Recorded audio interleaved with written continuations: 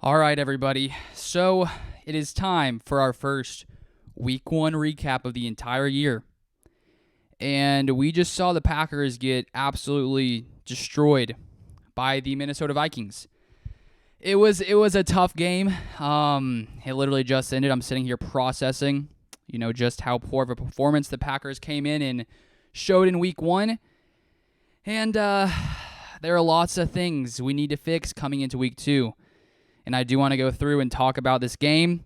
Not the result we wanted. Lots of bad things in this game for the Packers, and I'm hoping that things just get figured out before next week, because what we saw today was not at all what we were hoping to see as Packers fans, clearly, because the Vikings just destroyed us. Only scoring 7 points if you're the Packers. And I think tonight we saw, we lost Davante Adams last year. I was hoping that, this receiver core would come in and do enough to, help replace what we lost in Davante Adams. And we saw tonight that we were missing Davante Adams during that game. I'm in a different place today. As you can tell, I have a different entire setup here. I'm at my mom's house, and I came here to watch the game with her, and it was an unfortunate situation, the game we watched for all of us Packers fans. But during the game, it was like we were sitting there talking. I'm like, man, if Davante was here, when Davante's there with Rodgers, you just sort of know that when they need something to happen, like, Rodgers can just rely on Davante. And I know there was that idea, like, okay, but he focuses too much on Davante. But it's good when you have a guy like Davante you can focus on, because then you can make things happen. And today, the Packers just couldn't get anything going on offense. We had 7 points total. Of course, one of those first drives, we drove down the field and were stopped on 4th and goal, unfortunately. Could have been 14. Oh, and then, of course, the first play of the game, I'm repping a Christian Watson jersey here today. Christian Watson beats his guy deep perfectly. Very first play of the game, Aaron Rodgers throws a beautiful deep pass. And unfortunately, Christian Watson drops the pass. And that would have been an easy 7. The Packers would have been up 7-0, and so it's tough to see that happen, to drop that pass, unfortunately. But, Christian Watson is a rookie. Just because this Packers receiver corps did not perform well tonight doesn't mean they can't improve. Hopefully next week we'll see some improvement, but it stinks to have that pass dropped. It's unfortunate, but it happens sometimes. And if we take a look at the Packers receivers today, the Packers leading wide receiver today was A.J. Dillon. A.J. Dillon had 5 receptions for 46 yards. Then we had Romeo Doubs with 4 receptions for 37 yards. Robert Tonyan, 3 receptions for 36 yards. And all night, you could just see that even when Rodgers did have time, when lots of times he didn't, which we will discuss, but even when Rodgers did have time, you could tell he wasn't finding open guys down the field. And I think coming into this year, we knew we had lots of young receivers. We knew that it could take some time for these guys to develop and really build that chemistry with Rodgers and be able to be on the same page as him. There were multiple times tonight where these guys weren't on the same page with Rodgers. You could see the frustration in Rodgers. And clearly, too, not having Allen Lazard hurt big time, because, Rodgers can trust Lazard. He's not Davante Adams, but at least Rodgers, Lazard is a guy Rodgers can trust. And so to not have Allen Lazard with him having an ankle injury clearly hurt the Packers. Hopefully he'll be back next week, because I think the Packers desperately need to have Allen Lazard back in this offense to have a guy that Rodgers can really rely on and focus in on, and hopefully that'll help a little bit. When it comes to this Packers receiver core, Sammy Watkins, 3 receptions, 18 yards, not much there. Randall Cobb, only 2 receptions for 14 yards. The Packers just couldn't really get much going whatsoever when it came to the receiving game. Part of this, too, did have to do with the fact that this offensive line was struggling tonight. We were struggling. I think if we look at the total sack totals, the Vikings sacked Aaron Rodgers a total of 4 times. The Rodgers was getting smacked. He was getting beat up. There was that one play where he's rolling out, just gets absolutely destroyed. I was worried that he was injured there. He was staying down for a little while. Luckily, he got up and was able to come back into the game, but he fumbled that ball. The Vikings got it. And, coming to this game, obviously, without David Bakhtiari at left tackle, Elton Jenkins at right tackle, it's like, okay, we have some concerns here. We're facing a very good pass rush with Za'Darius Smith, Danielle Hunter as well, and the Packers' offensive line just could not hold up. There were multiple times in that game where they just got to Rodgers so quickly. He had no time whatsoever. Sacked 4 times, running for his life pretty much all night. And when that happens, even if your receivers are open, it's tough you're not going to be able to find those guys quickly enough. So I don't know how long it's going to take for Bakhtiari to get back. It's been a sad, tough road for Bakhtiari, the fact that he's been out so long. We were hoping he'd be ready for training camp, wasn't ready for training camp. We were hoping that he'd be ready week 1, wasn't ready week 1. Hopefully week 2 he'll come in and be able to start. Who knows, though. Elton Jenkins the same. We'll see if Elton Jenkins can come back next week because it was Josh Nyman at left tackle, Royce Newman at right tackle. Those guys struggled on the inside. Jake Hansen struggled there at right guard, got beat multiple times. John Runyon Jr. goes down. Zach Tom comes in. So this line needs to improve, and obviously getting those 2 guys back will help a lot for the Packers. But all night, there was just nothing happening. Like the Packers offense, there were a few drives where he did move the ball, a few different drives, but most of the night it was slow. There wasn't much happening. Only 7 points clearly shows the performance from this Packers offense. Now moving on to the Packers defense. So coming into tonight, me personally, all of us were wondering, how good can this Packers defense be? And I talked about during the week that this is a very good test for this Packers defense because lots of us, from the talent we have here, from how good we looked last year, the fact that we got Jair healthy in this game, the fact that we had Quay Walker, the fact that we added Jaron Reed on the defensive line, I think there was an expectation that we would see a very solid defense, and we allowed 23 points. That's not absolutely terrible. We played better in the second half, only allowed 6 points in the second half, so we figured things out. We actually outscored the Vikings. If I look at it now, Packers scored 7 points in the second half to Minnesota's 6 points in the second half, so I guess we improved there a little bit.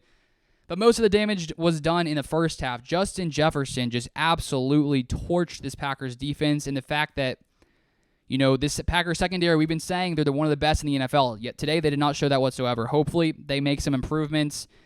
Most of the game, though, when you look at Justin Jefferson, Jair wasn't always on him. I'm curious to see exactly how many snaps Jair was on Justin Jefferson. Because just watching that game, it seemed like Jefferson was rarely, going against Jair. When he did go against Jair, it seemed like Jair, for the most part, locked him down a lot of times. We'll see exactly what those stats are when they come out in the next day or so. Eric Stokes was beat multiple times tonight, not only by Justin Jefferson, also Adam Thielen, whenever he was facing off against him. Packers, safeties were struggling to keep Jefferson in front of them. Justin Jefferson, let's take a look at his final stat line here tonight. I'm pretty sure it was a career high for him if I heard the announcers correctly. Justin Jefferson, 9 receptions for 184 yards and 2 touchdowns. That's tough. That's tough. And this isn't to say that this Packers defense is going to struggle all year. We saw last year, week 1, we got absolutely destroyed week 1 last year. It was worse than today. I think it was like 30-something to 3. So last year finished fine. I'm going to hold into the hope that, it's just another bad week 1. Hopefully that's the case. But this Packers defense just did not look good today. There were times we got pressure, especially early in the game. Rashawn Gary had some sacks, maybe multiple, maybe just one. Let me take a look at the Packers sacks. 1 sack for the Packers. 1 sack for the Packers from Rashawn Gary. Kenny Clark was getting from some pressure. But overall, this defense, not a great performance. The fact that when you allow a receiver like Justin Jefferson to put up 184 yards, you made some mistakes. So hopefully the Packers can get things together on the defensive side of the ball. We did lose some guys as well. Quay Walker went down with an injury. Not sure the extent of that injury. Chris Barnes went down after Quay Walker was injured. He was taken off on a cart. I think they put some kind of boot on his leg. I think he's an ankle injury. Looked pretty bad. Not sure how long those guys are going to be out. One positive I will talk about because, let's focus on the positives. Quay Walker looked really good when he was in. Especially in the first half. You could see the speed he has. You could see just how quickly he moves, which is a positive for the Packers defense. But the secondary, we have to get things figured out because, let's look at Kirk Cousins' stats right here, all right? Kirk Cousins. He looked good today. I feel like how I usually feel watching the Packers offense, for the past 10 years with Rodgers, is sort of how the Vikings offense looked tonight. Just moving the ball at will, not having too many issues. Kirk Cousins, 23 of 32. 277 yards and 2 touchdowns, a 118.9 rating. So Kirk Cousins balled out on this Packers defense that is supposed to be one of the best in the league. And then let's just compare it to Aaron Rodgers' stats tonight. 22 of 34 for Rodgers, 195 yards, 0 touchdowns, and 1 interception, averaged 5.7 yards per throw, I guess. To Kirk Cousins is 8.7. Rodgers with a total rating of 67.7. Rodgers just couldn't get anything going, as we already talked about. And, hopefully coming in now to week 2, we're facing off against the Bears. I expect the Packers to come back from this game and make some big improvements on offense. We'll see if the offensive line gets healthy. On defense, we'll see if, the Packers defense can get things handled. the thing is, the Vikings, it's not like this Vikings team, we came in thinking like they're terrible, like they don't have any weapons. Like they're a very, very good offense, and we saw it tonight. Justin Jefferson is one of the best wide receivers in the NFL. We saw that tonight. The fact that the Packers do have one of the best secondaries in the NFL, like it's not just that the Packers secondary played poorly, which they very much did. It's just Justin Jefferson showed tonight why he is one of the best wide receiver talents in all of the NFL. Maybe top 1, top 2, top 3 wide receivers. And the fact that he's so young on this Vikings team with Kevin O'Connell coming in as a new head coach, having Dalvin Cook, who tonight ran for 20 carries for 90 yards, 4.5 yards per carry. If you're a Vikings fan today, if you're watching this video, if you came across it, to watch a sad Packers fan, which, yeah, I'm a sad Packers fan today. The Vikings, if you're a Vikings fan, you're very excited from what you saw, not only from this offense, but from your defense, holding Aaron Rodgers to 7 points. And even though he is, Aaron Rodgers, even though this offense doesn't have a ton of talent right now, or at least a ton of polished talent who can consistently make things happen right now in week 1, the fact that you held Aaron Rodgers 7 points, kudos to the Vikings defense. You guys absolutely manhandled us tonight, so props to you. Congrats. Enjoy your win. Enjoy your win. I'll try to get over the loss and hope that, this year is just like last year. We lost week 1 last year. Things started going well.